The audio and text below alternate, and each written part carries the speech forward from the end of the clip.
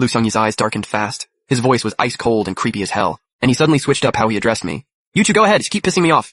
Tomorrow you can go collect Shen Nanshan's body. My heart dropped. I did not want to collect my dad's body, but Lu Xingye's hands were already tearing at my clothes, and I was so disgusted I could barely function. Being with Chen Mo in bed is exhausting, sure, but at least when Chen Mo touches me I'm okay with it. But Lu Xingye grabbing my clothes like this, it felt like a disgusting venomous snake had wrapped itself around me. I was losing my mind trying to get away from him. But if I acted out, my dad would get tortured to death. A psycho like Lu Xingye? He'd show my dad zero mercy. You two, from the very first moment I saw you, I fell for you. Every single night I'd fantasize about pinning you down beneath me. Tonight I finally get what I want. Disgusting.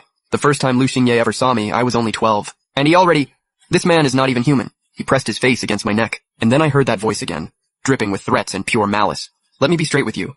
I'm the one who put Shen Nanshan in prison. My father helped you. How could you do this to him? If he wasn't in prison, why would you come crawling to me? How else was I gonna get you? You two, I'm telling you, be good, stay sweet, and stay by my side. I can keep your dad locked up, or I can destroy your mom and your little brother. So you better keep me happy. What a bastard. I never in a million years thought my dad's arrest was set up by Lu Xingye. I wanted to take him down with me so badly. But even if I killed him right now, I still couldn't save my dad. He had my weakness in his grip. No matter how much I hated it, I had to suck it up. You two, kiss me. Lu Kangyi said it with a smirk and yanked my collar open. The sudden rush of cold air hit me and my whole body started trembling. There was just no way I could go along with this. Him ripping my clothes like that triggered me. I shoved him hard without even thinking. He felt my resistance, and that clean, pretty face of his twisted into something dark and ugly. He was done being patient. He just straight up slammed me onto the edge of the bed and tried to rip my clothes completely off. Back off, don't you touch me. His hands were on me, and it felt like that snake again, coiling around me. I turned my face away, dry heaving over and over, tears streaming down. I was kicking at Lu Xingye like crazy, but he looked so composed, and he was insanely strong. He locked down my ankles, and made my struggling look like I was playing hard to get. My stomach suddenly started killing me, and with him pinning me down I couldn't move at all. Like a fish on a cutting board, completely at his mercy. Let go, Lu Xingye. Touch me one more time and I will chop off your hand. He just kept pushing it, and I completely snapped. I couldn't hold back my temper anymore. You've got such a pretty mouth. How do you manage to say such ugly things? You can keep talking all you want, but every word you say, I'll have someone carve a piece of flesh off Shen Nanshan.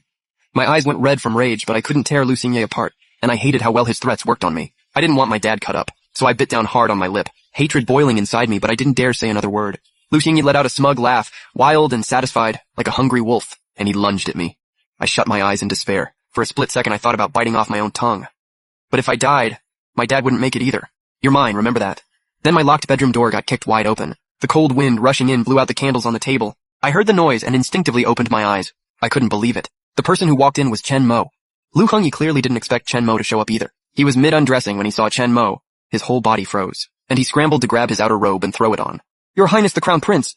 Lu Songyi hadn't even gotten the robe on yet, when Chen Mo kicked him clean across the room. Chen Mo was born strong, and his fighting ability was no joke. Back when I was kidnapped, he rode in alone, and took off the heads of dozens of armed bandits. That was the moment I realized the way he looked, spear in hand on horseback, was 1,000 times more attractive than any bookworm spouting poetry. Lu Songyi couldn't even get up after that kick. Honestly, not surprised. What I couldn't figure out was, he already didn't want me anymore, so why was he here? I'm not sure what I did to offend your highness to have you show up in the middle of the night and interrupt my time with my mistress.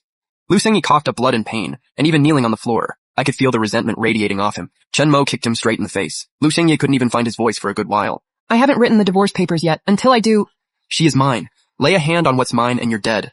Chen Mo landed one more kick and Lu Xingye went out cold. I pulled my clothes tightly around myself. Part of me was relieved. Chen Mo showed up in time and Lu Xingye didn't get what he wanted. But I was terrified of what Lu Xingye would do to my dad once he woke up. I was never really a crier before. But ever since I got pregnant, my emotions have been all over the place. Add in how worried I was about my dad. The tears just wouldn't stop. Chen Mo pulled me into his arms with one hand. Seeing the tears all over my face, the look in his eyes got darker and darker. You like him that much? Is letting him touch you really that hard to avoid? You'd go that far, even make yourself his mistress, just to be with him. Too bad. I haven't divorced you yet. Don't even think about shacking up with Lu Xingye. I genuinely thought Chen Mo had lost it. When did I ever like Lu Xingye? As if I'd ever want anything to do with him. But the thing is, I'd already completely pissed off Lu Xingye, and I couldn't afford to make the crown prince, who already hated me, hate me even more. My dad was used to living the good life.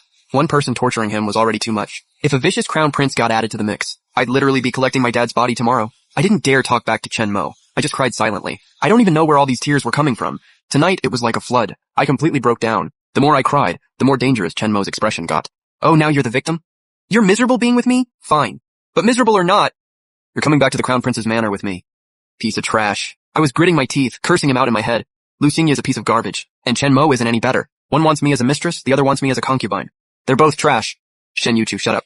I was still crying, so Chen Mo just smacked me on the butt. Of all the places, it's so embarrassing. I cried even harder. I don't know if it was just me, but I could have sworn I saw a flash of panic in the Crown Prince's eyes. But why would he panic? He can't stand me. He'd love nothing more than to watch me cry myself to death. There's no way my tears would throw him off.